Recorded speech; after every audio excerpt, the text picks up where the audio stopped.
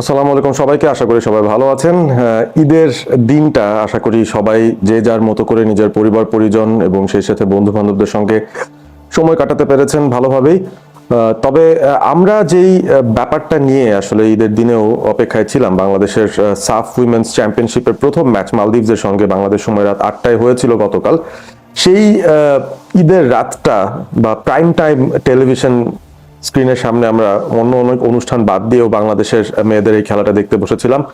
একটা আশা আমাদের মনের কোণে ছিল যে বাংলাদেশের মেয়েরা অন্তত যারা এশিয়ান কাপ মূল পর্বে খেলে এসেছে, আন্ডার 20 এশিয়ান কাপ মূল পর্বে খেলে এসেছে, এই দুটো টুর্নামেন্ট খেলে আসা অনেক খেলোয়াড়ে বা সব খেলোয়াড়ে মোটামুটি এই বাংলাদেশ ন্যাশনাল টিমের হয়েছিলেন এবং তারা সাফের এই কম্পিটিশনটা টানা তৃতীয়বারের মতো শিরোপাটা ধরে রাখার একটা মিশন নিয়ে গতকাল ইন্ডিয়ার গোয়াতে ম্যাচটা খেলতে নেমেছিল মালদ্বীপের সঙ্গে। আমরা সেই আশাটা নিয়ে দেখতে বসেছিলাম যে আমরা পিটার বাটলারের এই টিমটার অধীনে একটা ভালো মানের ফুটবল দেখব এবং আমরা যে এশিয়ান কাপের মূল পর্বে খেলেছি, আমরা যে এশিয়ার সেরা 12 দলের মধ্যে একটা হয়েছিলাম মেইন লেভেলে, সিনিয়র লেভেলে এবং আন্ডার 20 লেভেলেও, সেটার একটা প্রমাণ, একটা স্বাক্ষর, একটা ছাপ আমরা মাঠে দিতে চেয়েছিলাম।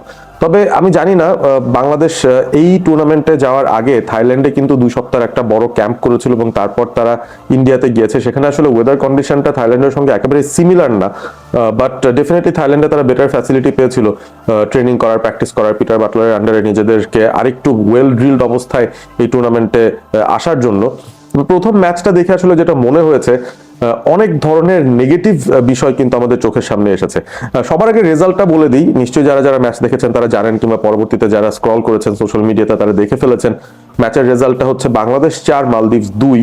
দেখে মনে হতে পারে যে হ্যাঁ, আমরা কনভিন্সিংলি হয়তো মালদ্বীপকে হারিয়ে দিয়েছি, এবং এক প্রকার কনভিন্সিংই ছিল ব্যাপারটা। মানে ব্যাপারটা এরকম না যে আমরা ম্যাচটা কোনো সময় হারবো বা ড্র করে সেসব, এরকম মনে হয়নি, কারণ বাংলাদেশ অনেক সুযোগ তৈরি করেছে এবং করারই কথা। মালদ্বীপের তুলনায় বাংলাদেশের এই মেয়েদের দল অনেক গুণে বেটার, বাট যে মানের টিম বাংলাদেশের এই মেয়েদের টিমটাকে আমরা দেখে এসেছি, সেই ধরনের ইন্টেন্সিটি, সেই ধরনের কেমিস্ট্রি, সেই ধরনের হাঙ্গার, সেই ধরনের ফিনিশিং যে অ্যাবিলিটি, সেগুলো কিন্তু আমরা কিছুই এই ম্যাচের মধ্যে দেখতে পাইনি, এবং সেটাই আমাদের কাছে মনে হচ্ছে সবচেয়ে বড় শঙ্কার কারণ। লিডারশিপে রিসেন্টলি একটা পরিবর্তন এসেছে। আপনারা জানেন যে আফিদাকে তারা ক্যাপ্টেন্সি থেকে সরিয়ে দিয়েছেন কোচ পিটার বাটলার, এবং তার জায়গায় মারিয়া মান্দা, দ্য এক্সপিরিয়েন্স মিডফিল্ডার, বাংলাদেশের মিডফিল্ডের মেইন ইঞ্জিন যাকে বলা হয়, মনিকা চাকমার পাশাপাশি তাকে ক্যাপ্টেন্সিটা দেওয়া হয়েছে, এবং তার ক্যাপ্টেন্সিতে বাংলাদেশ প্রথমবারের মতো এবারের সাফ চ্যাম্পিয়নশিপের প্রথম ম্যাচটা তারা খেলতে নেমেছিল। লাইন আপটার মধ্যে বেশ কিছু ইন্টারেস্টিং চেঞ্জেস আমরা কিন্তু দেখেছি, এবং আমরা সবচেয়ে ইন্টারেস্টিং যে জায়গাটা ছিল সেটা হচ্ছে ফরওয়ার্ড লাইনটা। কারণ পিটার বাটলার তিনি কিন্তু এই প্রথম ম্যাচটা হওয়ার আগেই তিনি জানিয়ে দিচ্ছিলেন যে সুইডেন থেকে আসা আমাদের আনিকা রানিয়া, তাকেই কিন্তু ওই ফরওয়ার্ড পজিশনটায় খেলানো হবে বা সেন্ট্রাল স্ট্রাইকারের পজিশনটায় তিনি খেলাতে চান। এবং আনিকা রানিয়া সিদ্দিকী তিনি নেমেই একটা রেকর্ড করেছেন। ডেফিনেটলি সেই রেকর্ডটা হচ্ছে সাফ উইমেন্স ফুটবলের ইতিহাসে এত কুইক ফার্স্ট গোল কোনোদিন কেউ করতে পারেনি। 12 সেকেন্ডের মধ্যে, ম্যাচ শুরুর 12 সেকেন্ডের মধ্যেই বাংলাদেশ এগিয়ে গিয়েছিল আনিকা রানিয়ার একটা গোলে, এবং দুর্দান্ত একটা স্কিল দেখিয়ে তিনি চমৎকার একটা টার্ন নিয়ে গিয়ে তারপর ফিনিশটাও করেছেন চমৎকার ভাবে। ইনিশিয়াল স্টার্টটা দেখে মনে হচ্ছিল যে বাংলাদেশ বোধহয় যে ইন্ডিয়া মালদ্বীপকে যেভাবে 11টা গোল দিয়েছে, বাংলাদেশও হয়তো প্রচুর গোলের সুযোগ তৈরি করবে এবং প্রচুর গোল দিবে, বাট আলটিমেটলি কিন্তু সে ব্যাপারটা ঘটলো না। ম্যাচ যত সময় গড়িয়েছে আমরা দেখলাম কিছু জিনিস খুব চোখের সামনে পড়েছে। বাংলাদেশের 11-এ যেটা বলছিলাম যে ইন্টারেস্টিং ফ্যাক্ট হচ্ছে আনিকা রানিয়াকে সেন্টার ফরওয়ার্ড খেলানো, এবং সেটার সুফলটা বাংলাদেশ প্রথম 12 সেকেন্ডের মধ্যে পেয়ে গেছে।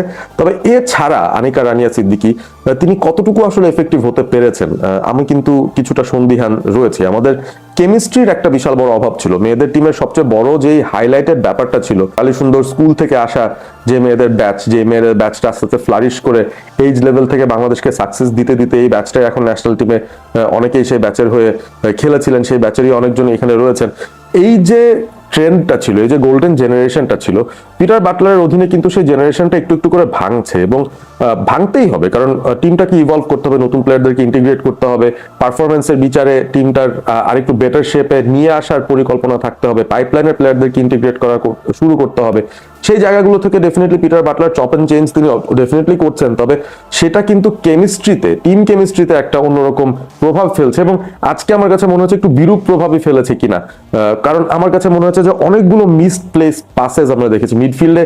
আপনি যদি চিন্তা করেন, আজকে কিন্তু মনিকা চাকমা হতে পারে পারে তিনি স্লাইটলি ইনজুর্ড, যে কারণে তাকে আজকে 11-এ নামানো হয়নি, বা হতে পারে মালদ্বীপসকে আসলে খুব একটা বেশি শক্তিশালী দল বাংলাদেশ মনে করেনি, সে কারণে হয়তো ইন্ডিয়া ম্যাচের জন্য মনিকা চাকমাকে তারা সেভ করে রাখতে চেয়েছিল। স্টার্টিং 11-এ কিন্তু এই মারিয়া মান্দার পাশাপাশি মনিকা চাকমাকে আমরা দেখিনি। আমরা দেখেছি একদিকে উমেহলা মার্মা খেলেছেন আর অন্যদিকে ডেবিউ পেয়েছেন মমিতা খাতুন।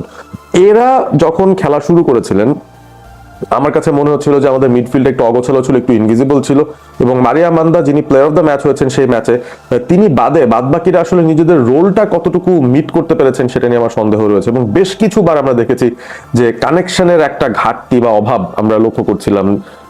এবং আরো একটা গ্লেয়ারিং বিষয় যেটা আমাদের খেলার মধ্যে আমি দেখলাম সেটা হচ্ছে যে প্রচন্ড রকম অপরচুনিটি মিস করার যে ব্যাপারটা, ক্লিনিক্যাল ফিনিশিং বলতে এই ম্যাচে কিছুই ছিল না এবং বেশ স্ট্রাগল করেছিলেন। শামসুন্নাহার জুনিয়র কতগুলো ভালো সুযোগ পেয়েছেন, তিনি মিস করলেন।